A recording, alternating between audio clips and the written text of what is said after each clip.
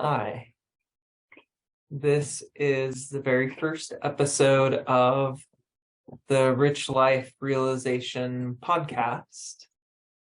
And ignore my dog chewing in the background, please. He needs to chew his bone. And this is going to be a space where I just get to talk about whatever the heck I want. And maybe I'll have people on it, maybe not. Maybe it'll just be me by myself, talking to myself. And maybe to you if you're listening to this. And talking about what's come up for me just this week. And hopefully some thoughts, some insights that are powerful for you is really the goal. The goal is transformation. And it's an exploration of transformation for me. I was talking with somebody today, and we were talking about, like, I wanted to be like Flint, where I could spark people's ideas, transformations, dreams coming true, maybe, or maybe just spark contentment and joy, that coming from that authentic place. If I could do that, that is my realization. And the realization, so I've been coming up with this. This is the new idea, is the realization. And the realization, it's not necessarily your purpose. Yes, it is. It's your purpose. It's why you're here. I asked that. I asked why I was here a lot of times, and I didn't hear anything. For a long time, I asked it, and I remember crying after asking it, especially when I was in kind of a tough place earlier this year. I'll tell more about that as things improve. But I asked, why am I here? What is my mission? What is my purpose? And that's the realization. Just asking is the realization. And working on the realization is the realization. Even if it's just a little bit, even if it's just like one thing a day where you're working for 10, 15 minutes. If you know what your realization is, or even just like the next steps on your realization, you know it too, you feel it. It's kind of like a game of warmer, colder, where you remember playing warmer, colder when we were kids, where you would go in a direction and they'd say, "Oh, warmer," and you, "Oh, okay, now I'm on to it." And then you'd say, "Oh, colder, colder." You'd go over this way, and that's how you find the realization. Is you practice,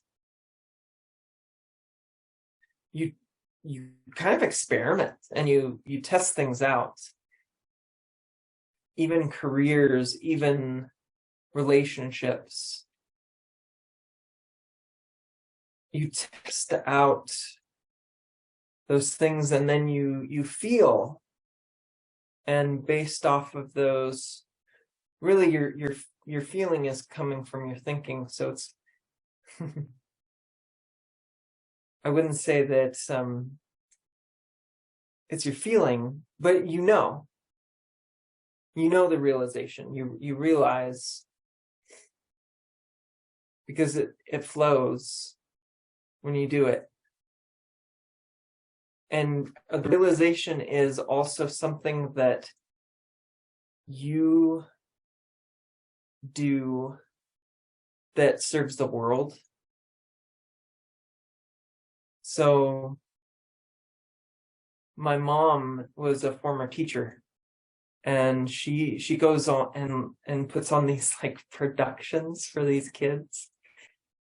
It's amazing. It's when I was a teacher for 5 years, and she would come to my class and put on these like presentations, and it was plays and theatrics, and it would make learning fun for the kids. And it was great as like the teacher. You could just be like, oh yeah, well, here's Miss Life. And so that's her realization. When she does that, she's living that. And I told her that the other day.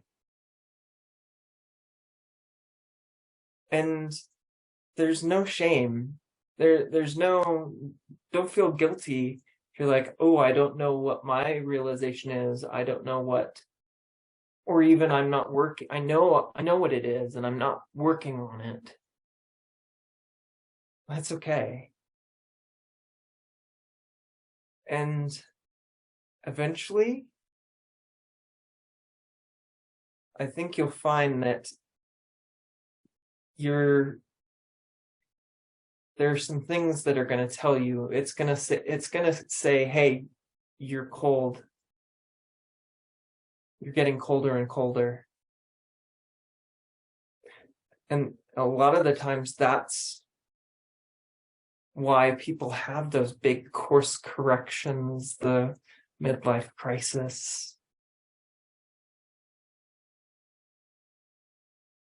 It's been getting colder for them. And they say, oh, I have to almost do a 180.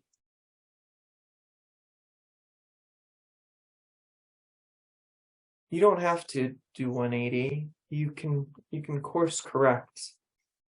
When I did my class on inner guidance, I talked a lot about that. Like you have your inner guidance system. That's the warmer, colder. And I think you probably felt it before.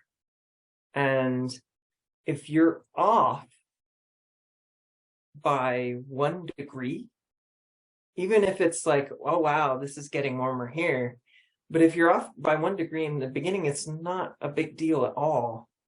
You're going, but the further along that you get, the farther away that you get from that purpose, the mission, the realization.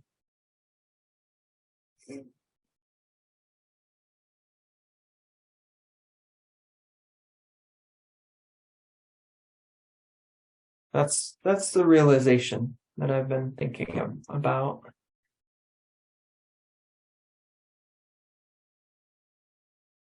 And I think I'm on, maybe, yeah, I think I am. I think I'm on that path now.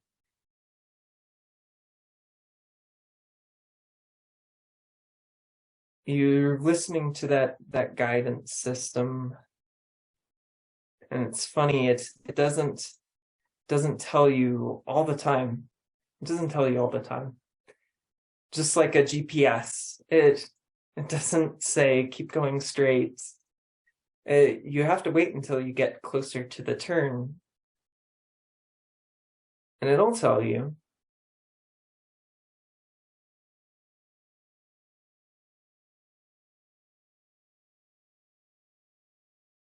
The realization.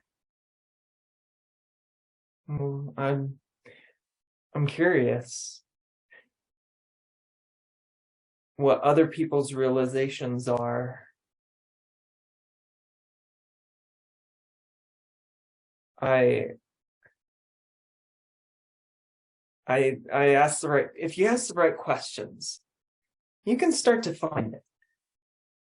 You can start to feel around with that, and the questions that you can start to ask are like, what do you love doing? How do you want to serve the world?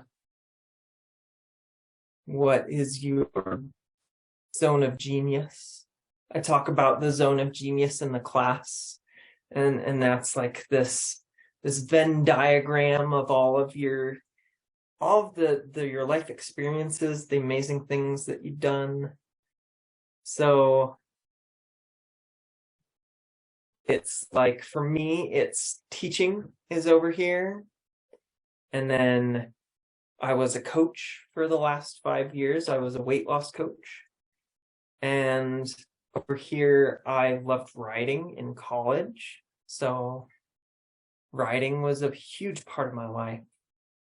And in the center of all those things is your magic. Vision from Mind Valley talks about that, that zone of genius. I really like that idea.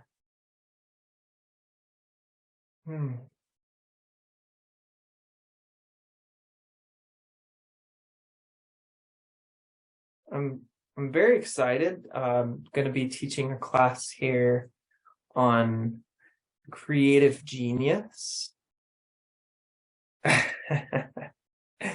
And I'm letting my creative genius guide me through teaching that class. Creative genius is like, it's powerful. It's that piece within you that, like, kind of like when we were kids, where we had full access to this creative genius. Like we would go to school and just be so joyful and excited to learn and playful and creative, and we had these imaginations that would run wild. Take away their tablets and put kids on a playground and see what happens. They're making up a game, and then they're arguing about the rules of the game during the game that they made up.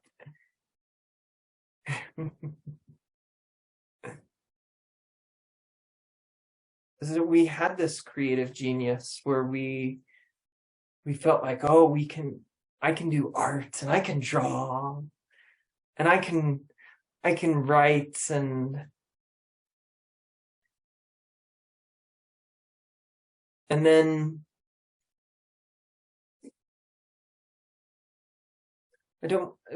I'm not going to say that we lost it, because it's there. It's always within us. We covered it up. We masked it. At least I did. I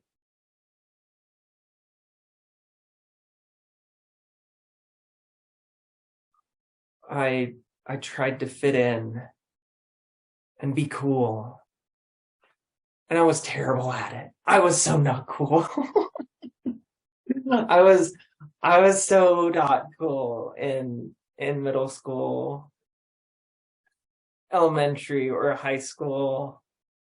I think like I remember thinking, oh, I have to not smile and be very stoic and yes, and be like that because you see that on the advertisements, like all the models. Yes. I remember that.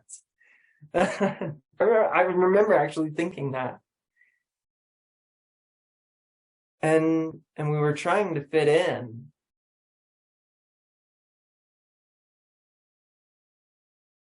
And it it didn't work for me, at least. And remember, I was creating this mask, this persona of somebody who's fitting in and somebody who is with the crowd and cool. And and I was rejected. That mask was rejected. And so the thinking, at least for me, and I suspect it's for other people too, was that, wow, if they reject the mask that I'm putting on, my God, I could never take it off because they would reject who I am authentically.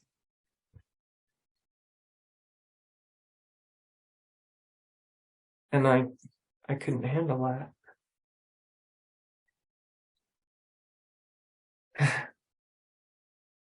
We were so just like in that vulnerable, hormonal kid state. And I think in a lot of ways we never grew out of that. Maybe some people did, and maybe some people were authentic the entire time. I I I think those people are very rare, and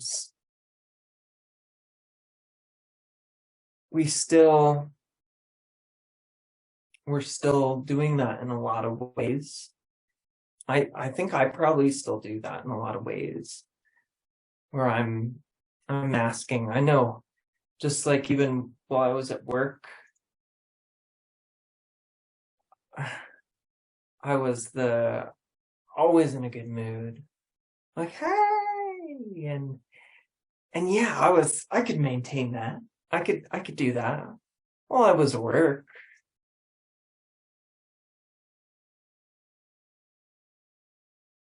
And I'd come home and there wouldn't be any of that left for the people that I really cared about.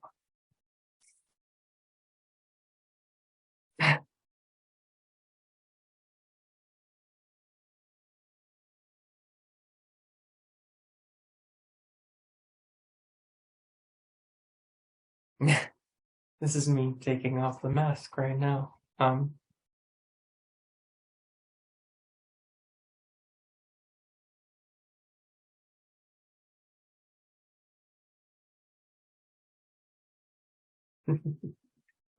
It's close to dinner time, so my dogs are gonna be annoying.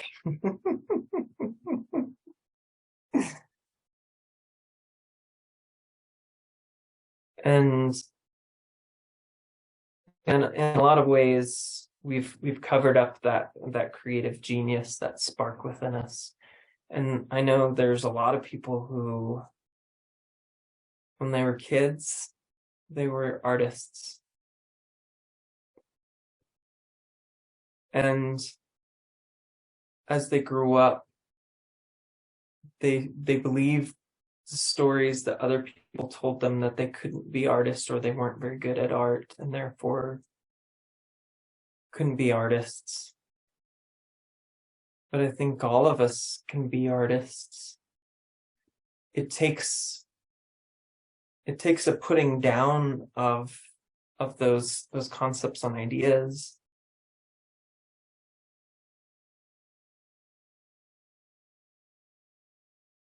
It takes a little bit of letting go of some of the judgments and the fear of failure, because to make good art, you have to make bad art.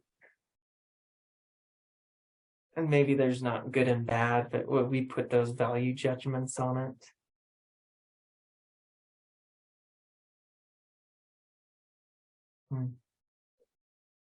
I think we're all artists in our own way, and that's part of that. Artistry is part of the realization.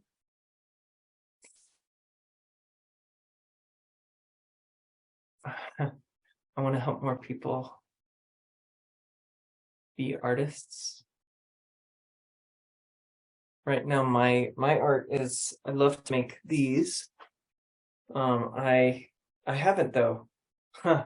I'm like, oh, I'm so good at art, and I'm not making this. And my other art has been coaching. I think that's an art. You can let me know if you don't think it's an art, but for me, it's an art. It's so powerful. It was something that I fell in love with. Like, I fell in love with it because of this job, the weight loss coaching job that I had. And I just loved motivation, even as a teacher. Like, I was interested in motivation and inspiring students.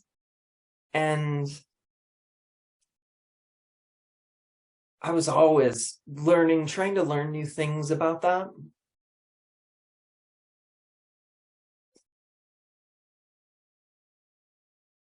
And then I got to do it as a job.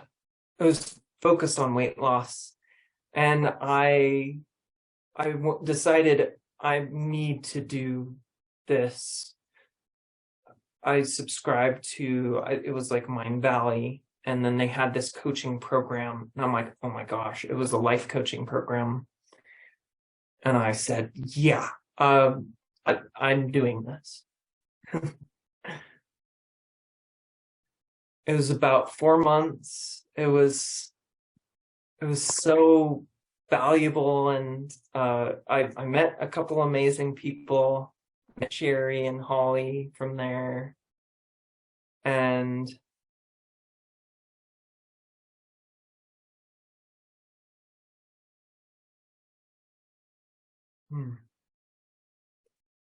I was using that in my job, the coaching practice, and now I have 3 coaches. I have a business coach, a somatic coach, and a life coach. And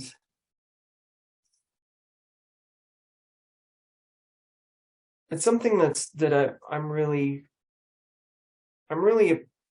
fallen in love with, and it's really impacted my life in a lot of positive ways.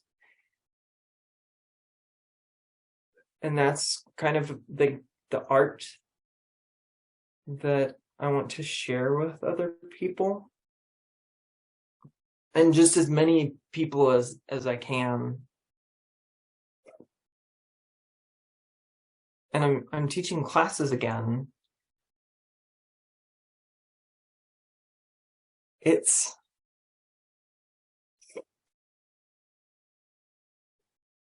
so good to teach again.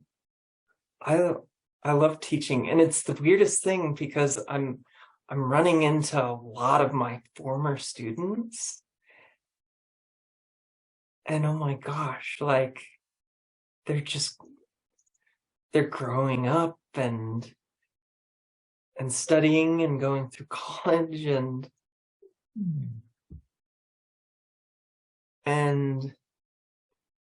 I had a lot of judgments about my teaching them at the time,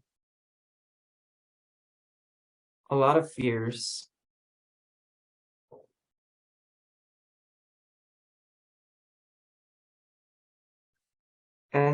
and they seem like they're doing pretty great. They're getting jobs and working in the world, and it's bizarre. It brings me back to some moments in teaching that I've loved the theatrics, the expression. That's what I fell in love with in college, is expression.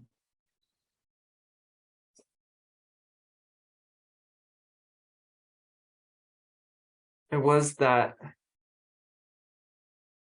Okay, so I I failed out of an entire years of college.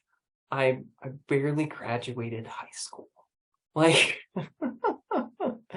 the only reason that I graduated high school is because I went in and talked to the gym teacher and talked them into giving me a D instead of an F because I didn't dress out.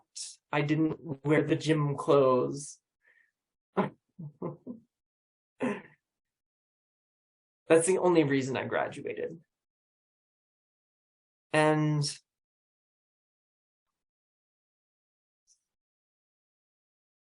it wasn't until I took a speech class in college.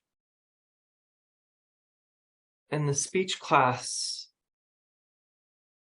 it was kind of cool because he said you can talk about whatever you want.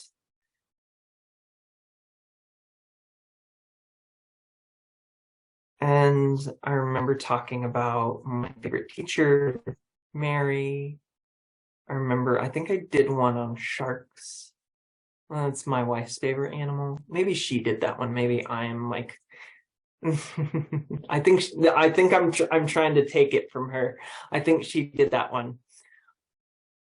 And I fell in love with that creative expression. And I did the writing program. I loved writing. I was very like, oh yes, I'm reading. I would just like read. It didn't matter if I liked it. It mattered that, oh, it was a classic, and therefore it's so good and so heady, and oh yes. Loved poetry. One of my favorite poetry teachers inspired me to become a teacher. I wanted to be a college professor at first. And I asked him, I went into a master's program after that, and I asked him,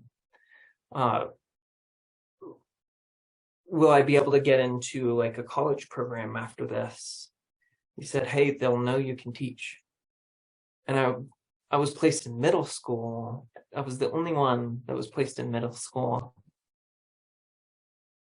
in my teacher training, and then I could only get jobs in middle school. And I think that it was I had to do it for a reason. Like, not that it was punishment, but not that it was punishment, but I had to go back because middle school was so hard. I wore that mask, and I was bullied, and I bullied.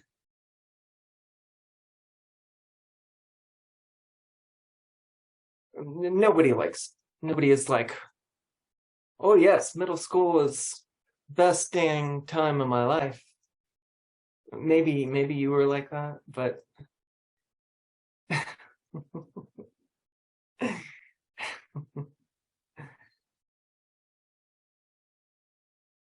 yeah. Hmm.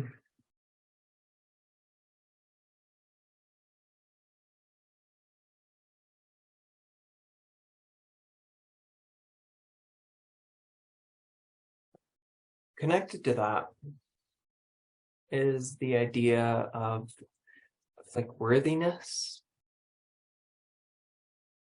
And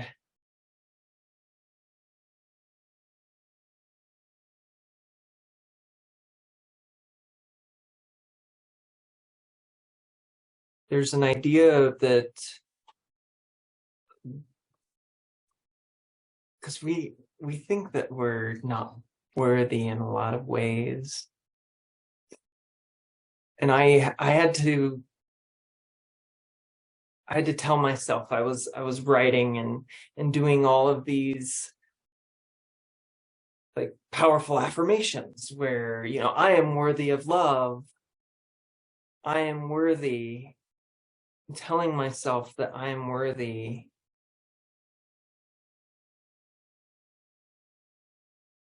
So that I'd believe it.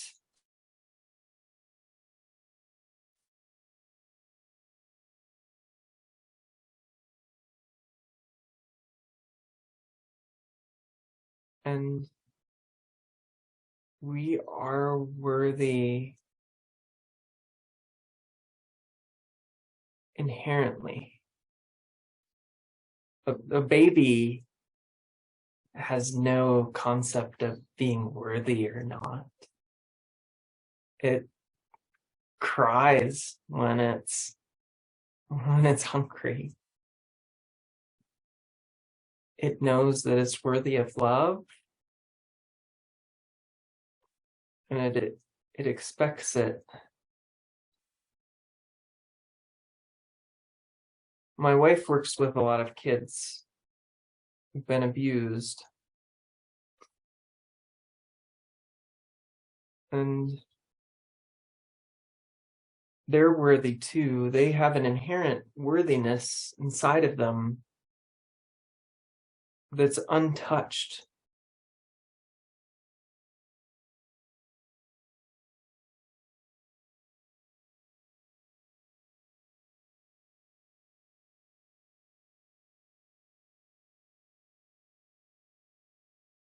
It's a worthiness that comes from a spark of life within them, and me, and you.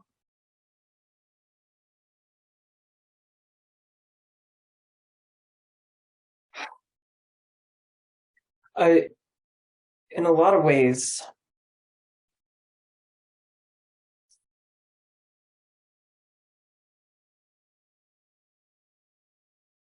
I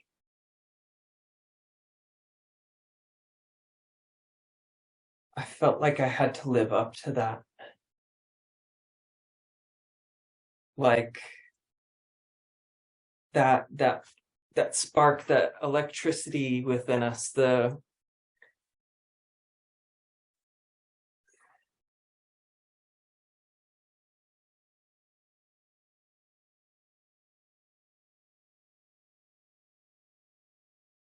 inner intelligence that gives us life, that heals our wounds.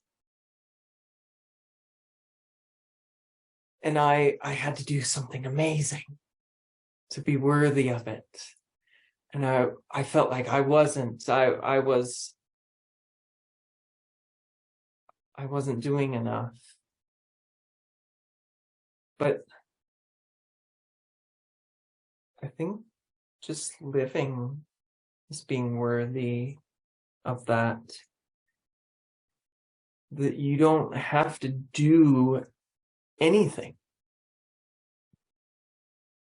You don't have to do anything to be worthy of the life within you.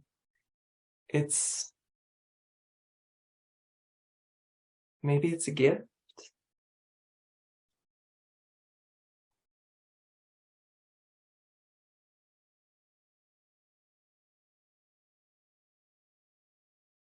It is a gift. And it's so freely given.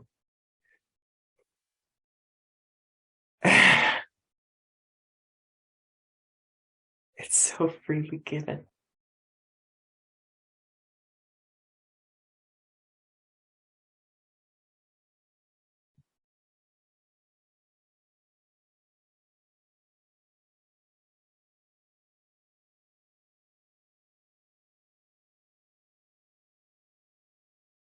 And so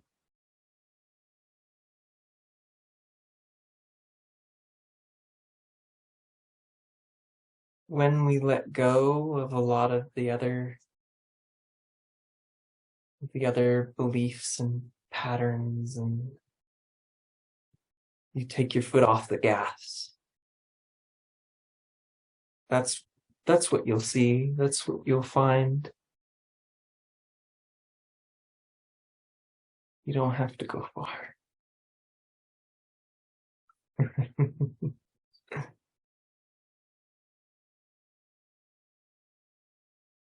It never leaves you.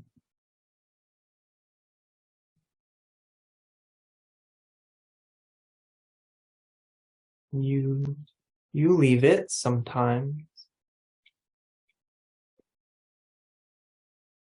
Some people leave it for their entire lives. That makes me really sad.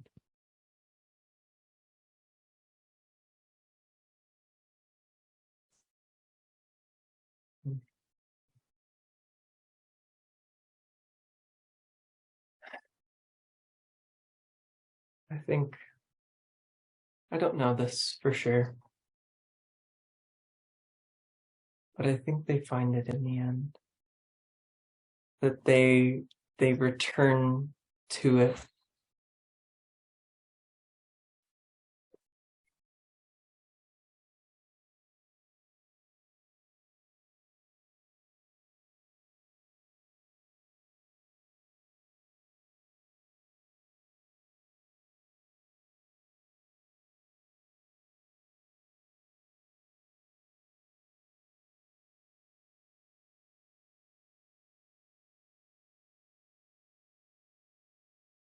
Silence and space.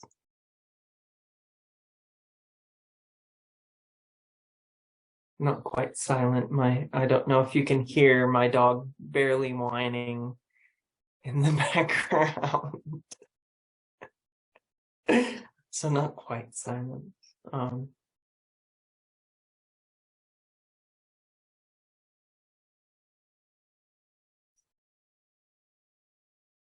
We can quiet down, and we return to that wholeness, that love.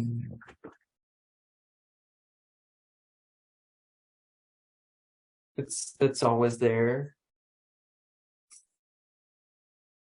when we quiet down.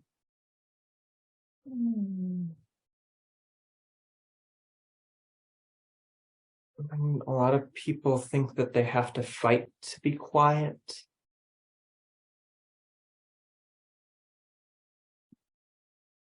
It's like the people who meditate and say, "No, I can't meditate." Kind of like the kids, the people who say, "I can't do art."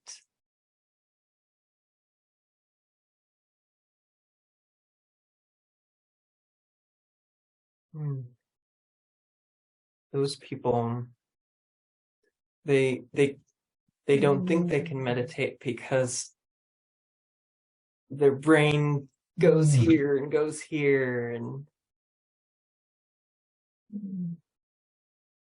the meditation is it's a practice, and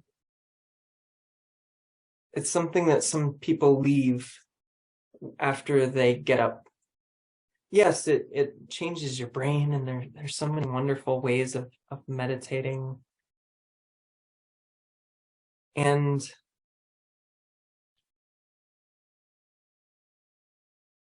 part of the realization is to live a meditative life, because that inner spark will come from that.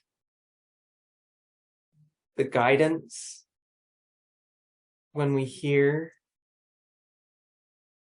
when we listen to those turns, it will come from that.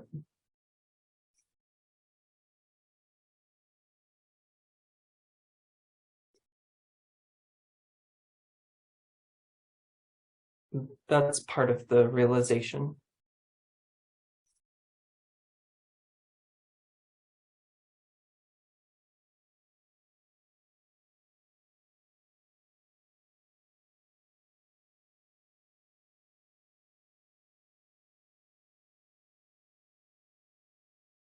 I'm just going to talk about whatever comes into my head.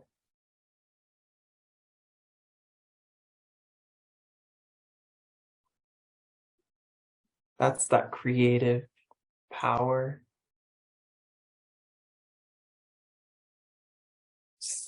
It's incredible. It's there's a difference between your thoughts. I was talking with somebody today about inspired thinking versus our normal everyday thinking. And our normal everyday thinking is usually a triggered thinking. It's like comes from our environments. It comes from the drive on the way to work. When we go on vacation, we can sometimes feel a little bit more free. And that's because we're not getting those triggers every single time. Well, we need to see thought for what it really is. And that it's just in our heads. But it's not, it's our reality, but it's also not real. I was trying to explain this to my wife and her friend, and that's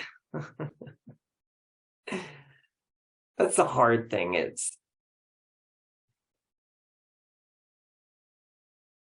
explaining that understanding. You have to use metaphors. You point to it.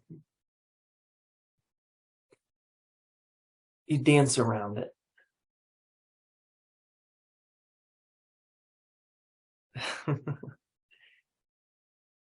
Because it's there.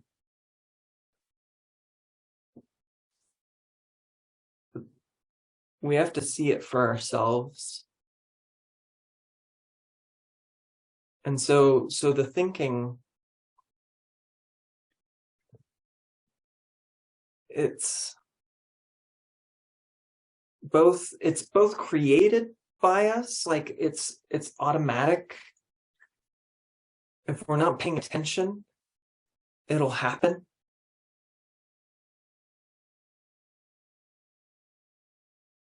We can also consciously think thoughts, so it's kind of like our breath in a lot of ways. Like when you can take a deep breath in,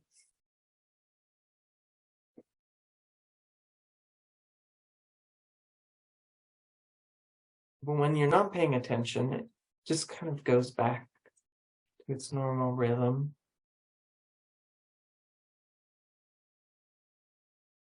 That's kind of like what thinking is.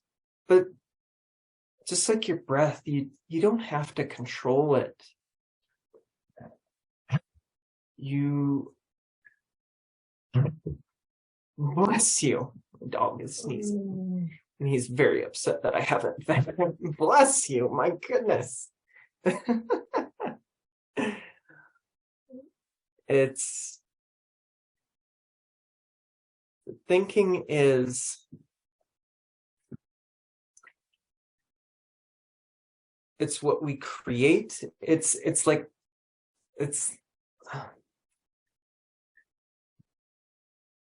we can manipulate it. We can in a lot of ways change our thinking. That's not to say that you have to be the thought police, because you can't. People who've tried to meditate, you drive yourself crazy if you try to get rid of thoughts. That just it almost makes them stronger. is you're giving life to them, and instead seeing thoughts as almost like clouds that pass by. And oh, look at that one. That one's kind of interesting, and that one looks a little stormy. They're temporary. And sometimes it doesn't feel that way though, because we can grab onto them. We can trigger them again and again and have those same thoughts. But they are temporary. And when we start to see thoughts for what they really are and let go of trying to control them and let go of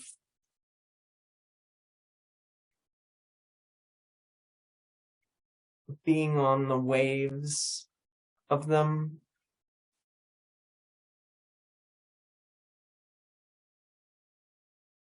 them hitting us like waves in the ocean.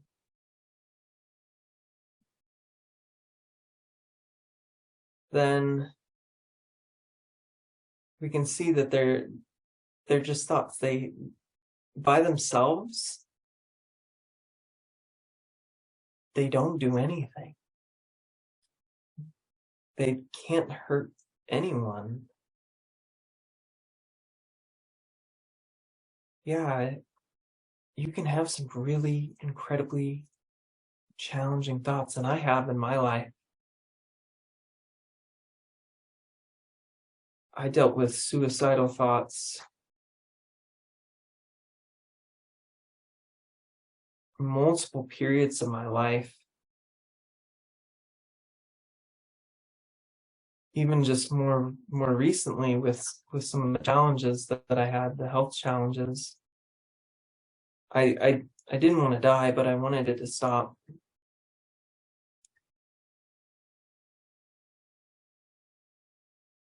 But by themselves, they're just thoughts. And if we see them that way, they'll start to lose their power. And they'll start to quiet down. And it makes room for that inspired thought, that inner creative genius, that worthiness, the spark of life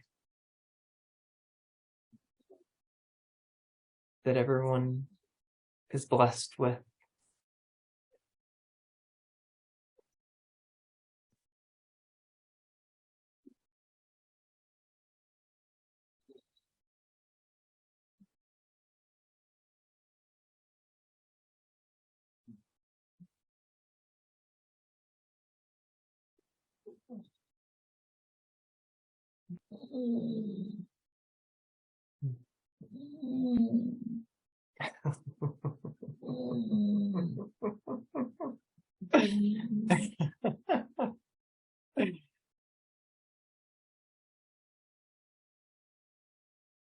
I think that's it for today.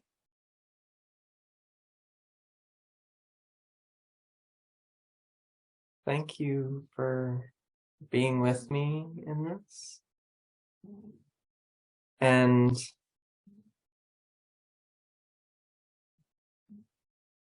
may your life be richer this next week. Thank you. Thank you.